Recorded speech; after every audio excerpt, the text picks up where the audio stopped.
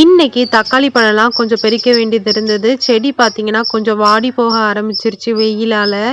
தக்காளி பழம் அதிலேயே பழுத்தா சீக்கிரமா பூச்சி பிடிச்சிடுதுன்ட்டு கொஞ்சமா பறிச்சு மட்டும் எடுத்துக்கிட்டேன், காயா இருக்கும்போதே. இது பார்த்தீங்கன்னா, வெளியில பார்க்க தான் காய் மாரி இருக்கு. ஆனா, இந்த கொஞ்சம் மஞ்சள் கலர் வந்தாவே அது நல்லா பழுத்துடுது.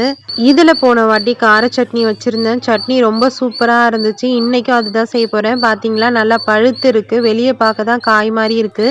கார சட்னியும் வச்சுட்டேன். டேஸ்ட் ரொம்பவே நல்லா இருந்துச்சு.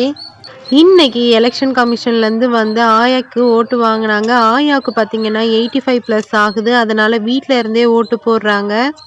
லாஸ்ட் எம்எல்ஏ எலெக்ஷனுக்கும் வீட்ல இருந்து தான் போட்டாங்க. இப்போ எம்பி எலெக்ஷனுக்கும் வீட்ல இருந்து தான் போடுறாங்க. இந்த சிஸ்டம் ரொம்பவே நல்லா இருக்கு. 85+ ஆகுறதால அங்க போயிட்டு போடுறதுக்கு பூத்ல ரொம்ப கஷ்டமா இருக்கும். இது வீட்ல இருந்தே போடும்போது அவங்களுக்கு கொஞ்சம் ஈஸியா இருக்கு. உங்க வீட்லயும் ஏஜ்டு பெர்சன் இருந்தாங்கன்னா இந்த சிஸ்டம பயன்படுத்திக்கோங்க.